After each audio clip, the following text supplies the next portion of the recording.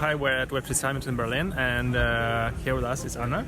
Hello. From Zero Knowledge Podcast, and I should say, as a podcast host, that we learn a lot from you. Oh, cool. And your content is really high quality. And on my way here to Berlin, I've been listening to Zero Knowledge Podcast about accumulators. Oh, and yeah. that was fun. That was fun. Ben Fish.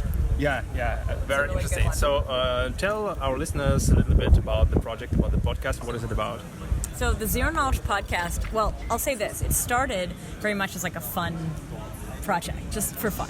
And at the time, I was working at Parody, and someone in Parody just sort of said, hey, does anyone want to make a podcast? So we started it up. We actually did it at first for like the people in the office with us. So if you do listen to early episodes, which I don't recommend, but if you do, they're very, very rough.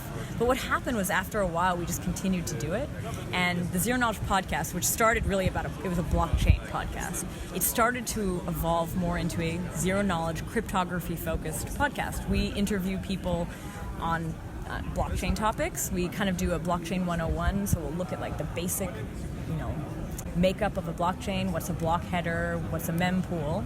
But we also have had a chance to interview some of the best cryptographers and best researchers working on zero knowledge proofs. And so I would say now, what is our podcast? It's a blockchain themed podcast focused on zero knowledge tech.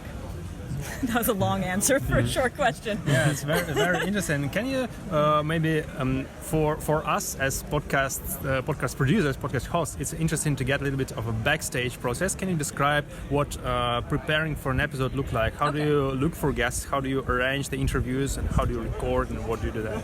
So it has been it's a system now. We developed over some time. The way it usually works is either there'll be a topic that we're super interested in. It might have come up in a previous podcast or just something that we've been reading. Then we'll either search out that person or a person to speak about it. In that case, what we'll do is we'll create like a list of questions, some ideas that we have about a topic, and then we'll bring on that guest and we'll interview them. Other times people pitch us ideas, so they'll contact us and be like, we want to talk about our project. And what we tend to do in that case is if it's an interesting project, we'll ask that person to also come up with a topic. I think that's the big thing about our podcast. Every episode we approach with a topic, not necessarily just like, what is your cool new thing?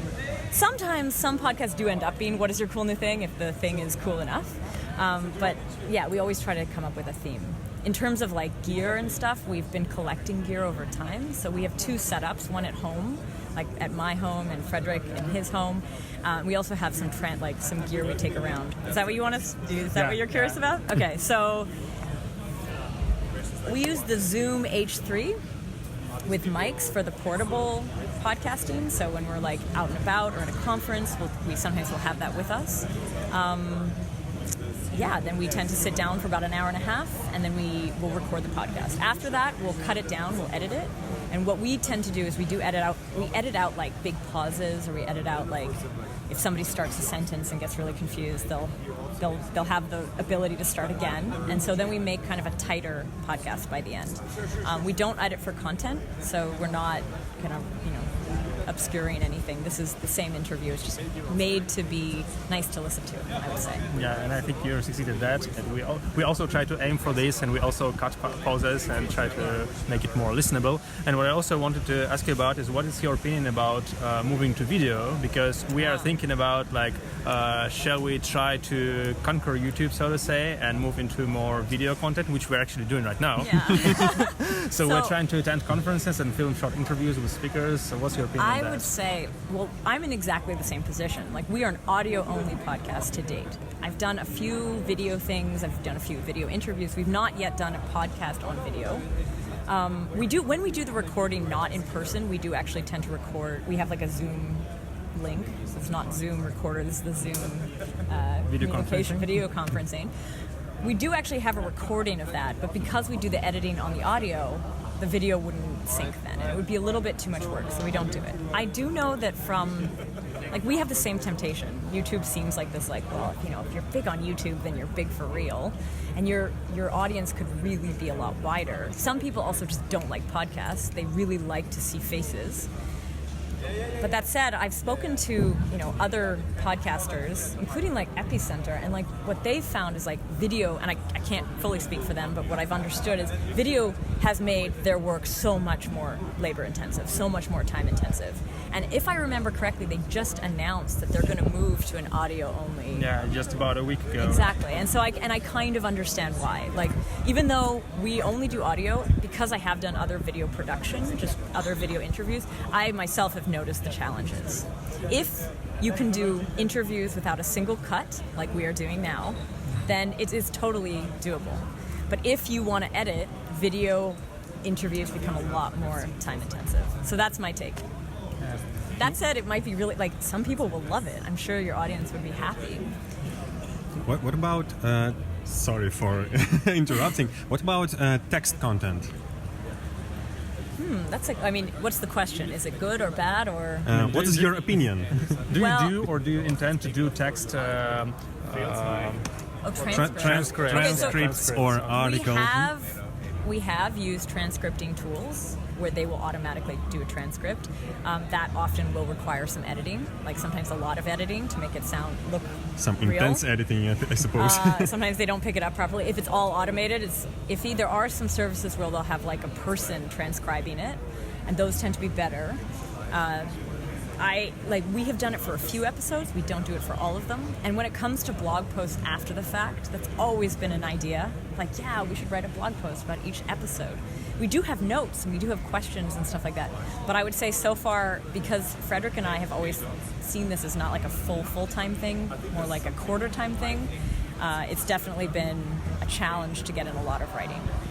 That said, there have been a few times where, I have published a thing or two on topics that came out of the podcast. Usually not like one podcast equals one article, but maybe one article comes from a bunch of different podcasts and there's some ideas. But yeah, I wouldn't say that I'm like I'm not really a writer. That's not like my world, but I've done a little bit.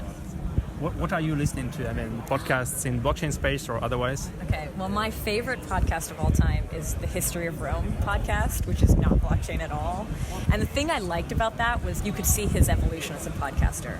And I think, if anything, that inspired. That was why, when we started and weren't good, I continued. Like, I knew that we would get better. Like, I knew that, like, it was practice. And it was this idea of, like, getting used to, like, in the case of Frederick and I, getting used to each other's interview style and the types of questions that each other will ask. Like, now we've known each other for 2 years-ish, and we've been doing this for, like, a year and a half. And so, like, we do really have, maybe more than a year and a half. Yeah, more than a year and a half now. Almost 2 years. So, yeah, like, at this point, there's, like, a good chemistry, I would say, and, like, we know what we're doing. Yeah. So the last question probably: what's in your roadmap? Which topics or which guests do you plan to interview in the next episodes? Well, there's a couple protocols that are interesting. We have a few episodes coming out around that. DAOs are interesting, and we've never covered it. I think there's a few topics that, like, I believe are still untouched through the podcast. Those are things that we definitely want to do. And then it's like continuing to pursue the zero knowledge research kind of lane. And what happens with that is every once in a while a new protocol will emerge, and I'll see it.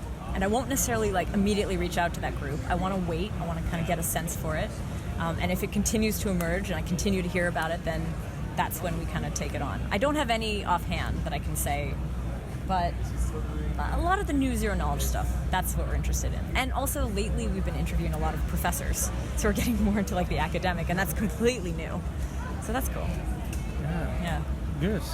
Good luck with the podcast, and I will definitely continue listening to it. And Cool. Your coverage of like deep academic and technical topics is very interesting. Well, thank you so for much. me. And yeah, good luck. Thank you. Well, good luck to you guys too. I hope it works out, and good luck with the video stuff.